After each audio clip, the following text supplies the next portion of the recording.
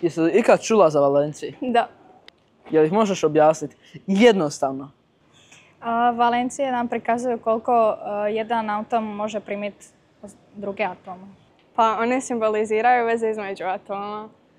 To je broj, šta ja znam, atoma s kojim se ta tvar može spojiti otprilike. Je, odlično.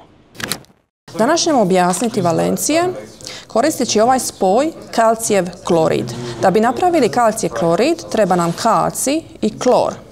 To imamo na našim kartama. Znači kalcij i klor. E sada kako se oni spajaju? Moramo znati valencije. A valencije ćemo objasniti koristeći prikaz na papiru. Kako crtamo recimo atom? U sredini uvijek nacrtamo jezgru i onda stavimo kružnice koje predstavljaju elektronski omotač gdje ćemo crtati elektrone. Kalcij kad pogledate u periodnom sustavu ima 20 elektrona u neutralnom stanju i počnemo crtati na ovakav način. Na prvoj kružnici stavite uvijek prvo 2.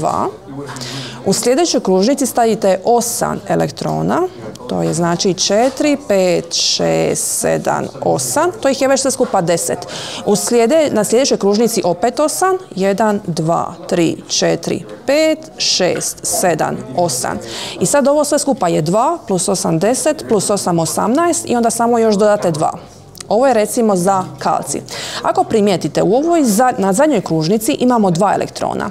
Kalcij želi ta 2 elektrona nekome dati, a dat će nemetalu. Znači kalcij je metal, on želi dati elektrone nemetalu koji želi primiti te elektrone. On ima znači 2 za dati. Ovo je prvi i ovo je drugi. I sada ako ga klor primjerice hoće primiti, klor je u ovom našem slučaju nemetal, onda bismo nacrtali klor. Ja sam ovdje već unaprijed pripremila. Klor ima 17 elektrona. To znači da u ovoj zadnjoj, budući da ovdje ima 2 i ovdje je 8, to je 10, i u zadnjoj onda ispadne 7.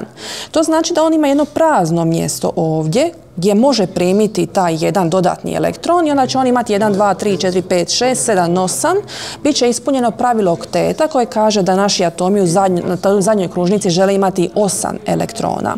E sada, kako će se on onda spojiti sa kalcijem? Kalcij ima 2 zadati, ali klor može primiti samo 1. Znači ovaj ovdje će ići na ovo mjesto, a što će se dogoditi s ovim ovdje drugim elektronom? On će ići na drugi klor. Znači imamo 2 atoma klora. Jedan ovaj elektron kalcija će ići ovdje, a ovaj drugi će ići ovdje. I što se sad dogodilo? Kalcij se spojio sa 2 atoma klora i kako to na kartama funkcionira, morate u ruci imati 2 klora, a 1 kalcij.